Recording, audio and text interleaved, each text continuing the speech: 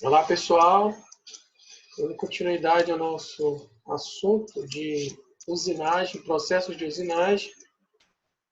Então, a gente está na parte de fresamento, né? Vamos dar continuidade.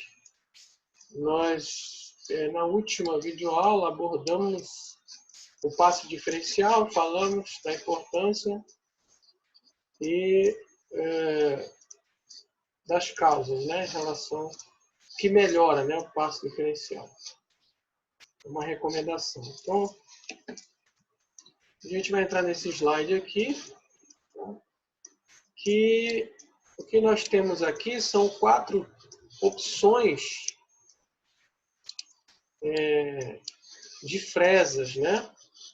4 opções de fresa, das principais, e cada uma vai ter, então, uma aplicação. A primeira 90 graus, em relação à posição, e aí uma fresa que tem uma característica específica para utilização no ângulo de 90 graus e uma pastilha quadrada, né? Naquele formato quadrado.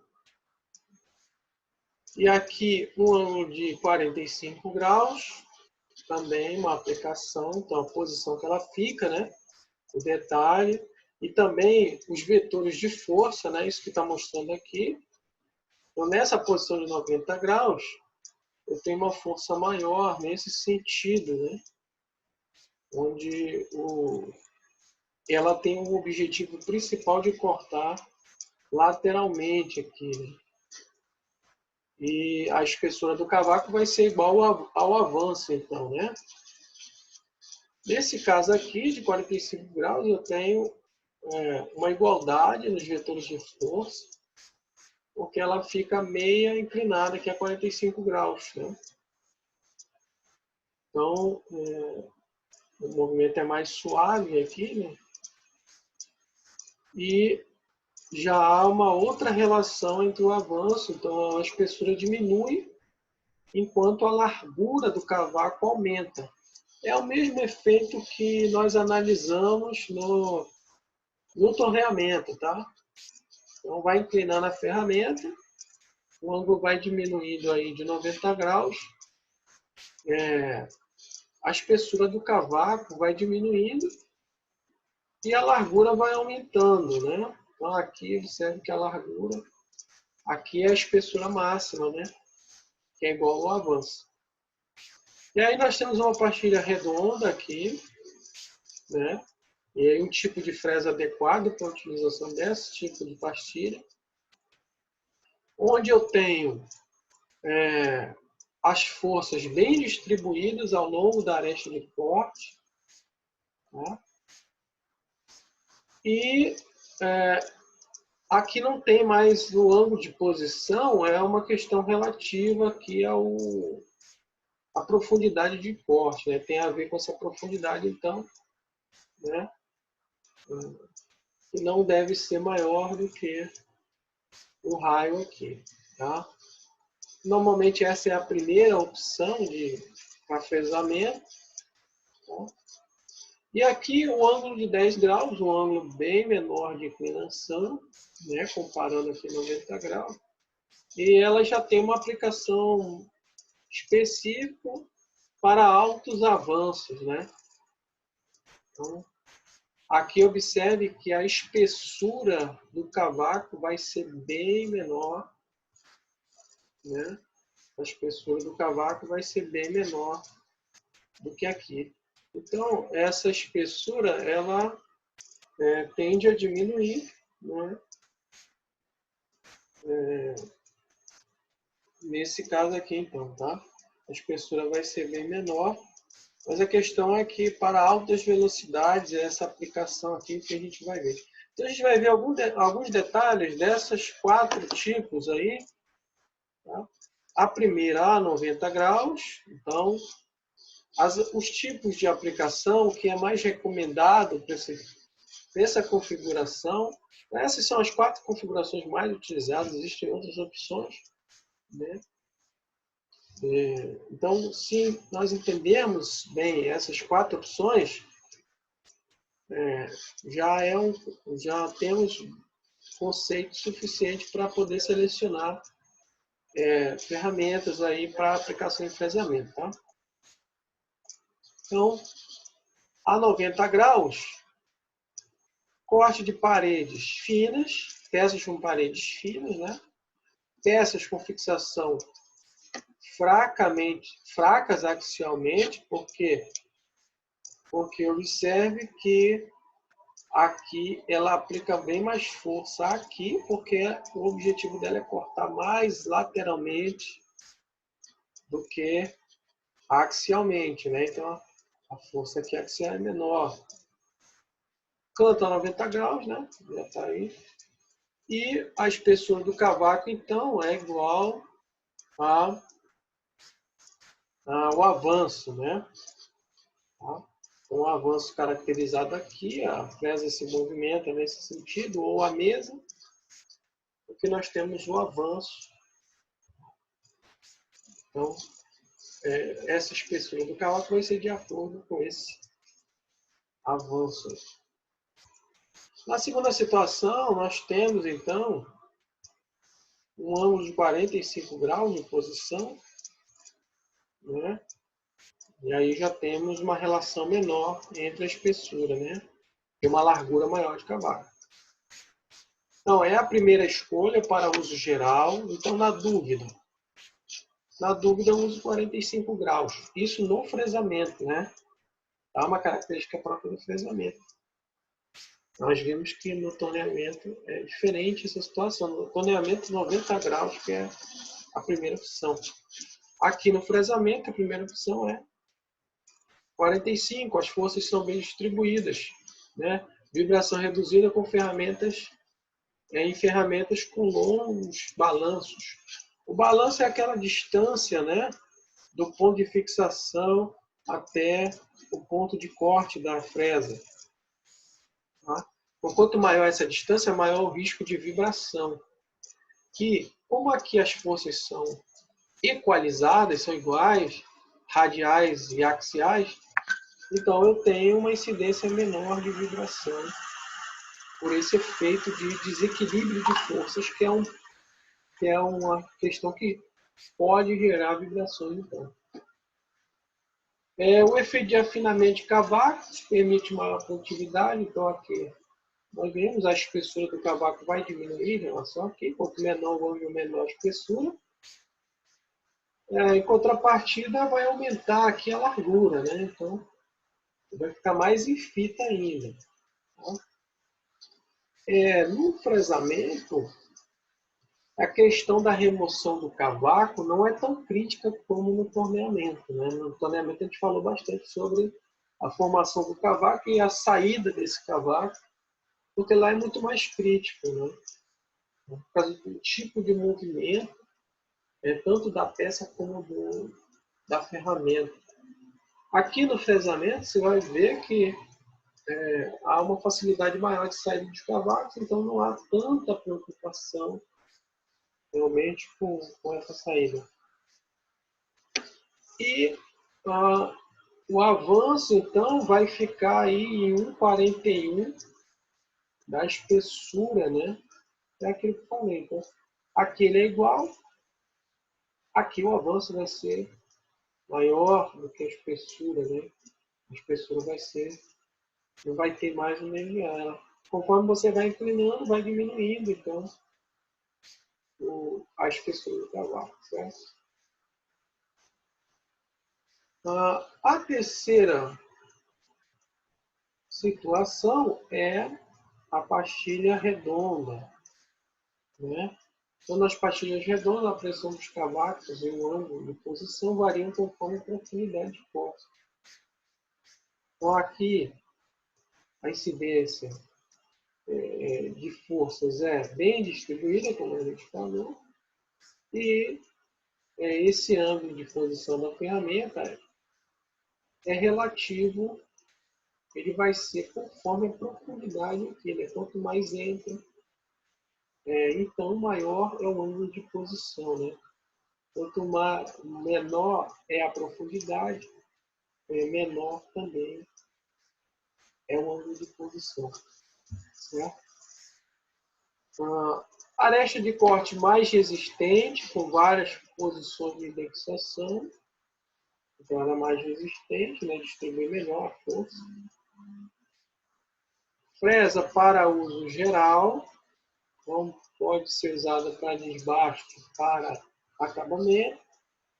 Maior efeito de afinamento dos cavacos para ligas resistentes ao calor. Observe que, devido ao movimento aqui ser circular, a aresta de corte dela é um perímetro aqui, né? Circular, então isso tem um efeito melhor de afinamento de cavaco. Tá? E a espessura, então, depende da profundidade aqui, né? A espessura do cavaco, porque vai ter a ver com esse ângulo aqui. E existem algumas equações que são específicas aqui para esse tipo de geometria de pastilha que a gente vai ver. E o ângulo de posição de 10 graus, o quarto caso, né? Que tem, então,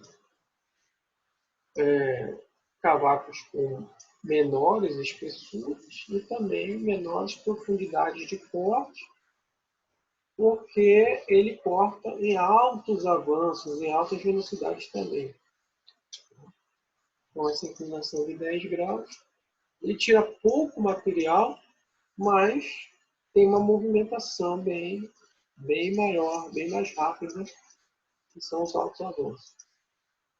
Então, o cavaco fino é gerado e permite avanços muito altos por dentro. A força axial de corte é direcionada para o fundo e dá mais estabilidade. Então, veja que aqui eu só tenho um vetor de força nessa posição, porque a aresta aqui está cortando, é essa. Né? É diferente daqui, que eu tenho, né?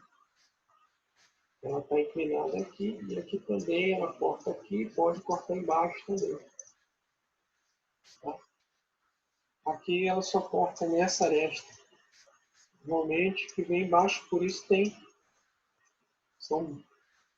é bem reduzido aqui a profundidade. Então, os 4 tipos aí, para uma preliminar análise, deve ser levado em relação a esses critérios para a seleção aí. Né? Então, aqui uma visão geral, mais uma vez, dos 4 casos, considerando esse ângulo aí, né, essa relação, que vai obedecer àquele mesmo parâmetro que nós vimos no torneamento em relação à profundidade de corte, o ângulo de posição da ferramenta, né, e a espessura do cavaco, o avanço. Então, o que a gente vê aqui, ó, 90 graus, a gente já falou, né? 90 graus, o avanço é igual à espessura. Certo? Então, ela está cortando tanto com essa aresta como com essa. Né? Aqui, a 45 graus, então, o que tem é um aumento efetivo aí da largura do cavaco e redução da espessura do cavaco. Então, matematicamente, vai se dar por essa equação aqui. Ó, tá? Seno desse ângulo aqui. A 90 graus, esse seno é 1, né? Então, esses caras ficam iguais. Vai diminuindo, então vai diminuindo aqui a relação. Tá? Então, o AP é a profundidade, o L é a aresta do corte, né? O comprimento efetivo de corte. E o KPR é o ângulo de posição da ferramenta. Certo? Então, é essa a relação entre avanço e profundidade do corte nesses 4 casos aqui. Na redonda, então, há uma particularidade que ela depende, então, da profundidade e também do fator de compensação. Matematicamente, a gente vai ver como é que é isso aqui. Então, essas equações aqui, elas são próprias para a pastilha que é redonda, tá vendo? Tá? Então, o diâmetro máximo de corte, por exemplo, em profundidade, que é o DK, esse aqui, ó, né? É o diâmetro que efetivamente está cortando. Aí vai considerar BC, que é o diâmetro no meio aqui da pastilha, né? Mais o diâmetro, IC é o diâmetro aqui, ó, da pastilha, ao quadrado, menos o diâmetro novamente, menos 2 vezes a profundidade de corte, AP, que é essa profundidade aqui, ó, quanto que ela está descendo no corte, enquanto ela está descendo no corte, né? E ao quadrado aqui, sobre dentro da raiz quadrada, né? E aí, então, vou ter esse diâmetro, que é o diâmetro efetivamente que eu vou estar cortando aqui, que é o DK. Então, essa conta aqui é só para achar esse diâmetro, né? Então, que vai depender diretamente de quem? Da profundidade que eu estou cortando e do diâmetro. São as duas variáveis, além do diâmetro da própria fresa no meio aqui do centro. Né? Que essa é a medida que já é fornecida pela especificação da própria fresa. Né? E tem esse D3, que é o diâmetro máximo aqui, mas não é esse o diâmetro que corta, o diâmetro que corta é esse. Aqui efetivamente está cortando. Ok? E aí, em relação ao avanço, né? Pastilha redonda. Então, para calcular o avanço aqui, está aqui o avanço. O avanço é quanto a fresa vai andar, ou a mesa, né? A espessura do cavaco está aqui, ó, vezes o diâmetro IC dividido por 2 vezes. Então tem essas variáveis aqui, profundidade de corte, diâmetro da pastilha e profundidade de corte ao quadrado de novo. Eu vou encontrar o quê? O avanço. Então, nesse caso, nessa geometria aqui, essa questão aí que o avanço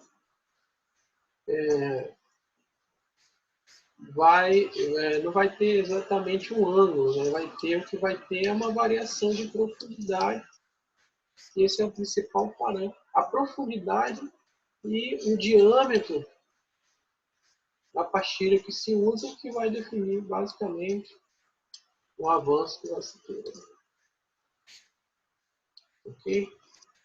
Quando você consulta o catálogo, isso aí está normalmente bem mastigado e já dá todo, para usar uma determinada ferramenta, uma determinada fresa, já vai dar tudo que você vai, todos os parâmetros que você vai precisar, já vai ter definido em cada aplicação. Tá? E aqui, por fim, esse tipo de fresa de disco. Tá? Então, na fresa de disco, o avanço ainda vai ser influenciado. A fresa de disco com a pastilha redonda, né? É similar a essa daqui. Similar, né? Essa daqui a gente está vendo que é uma pastilha quadrada. Né? No caso desse tipo de fresa, usar pastilha redonda. Então, o avanço... Isso aqui é o avanço por dente, né? vai ser igual, vai levar em conta essas variáveis aqui, ó. Espessura do cavaco, a espessura do cavaco que vai sair, o diâmetro, né? O diâmetro da fresa, então o diâmetro da pastilha, o diâmetro da fresa, né? O diâmetro da fresa dividido por 4 vezes a raiz de profundidade. Profundidade aqui são duas profundidades, uma profundidade e uma largura, né? O AP aqui nesse caso é esse. De novo, a diâmetro da pastilha, o AP quadrado, decap, então são as mesmas variáveis. Aí que é essa profundidade aqui, vai cortar. Esse tipo de fresa tem uma aplicação específica, né? Para canais, por exemplo. Então, utilizada para fazer canais, certo? Então, no canal você vai ter uma espessura, vai fazer o canal numa abertura, numa profundidade, né?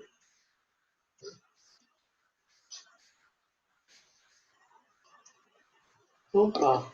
Eu vou parar o vídeo aqui para a gente estar com 20 minutos, para dar sequência depois, então, com esses itens aqui para o planejamento do processo de fresamento, que praticamente é o penúltimo item, depois vem as equações e a gente encerra essa parte de fresamento. Certo? Bons estudos e até o próximo.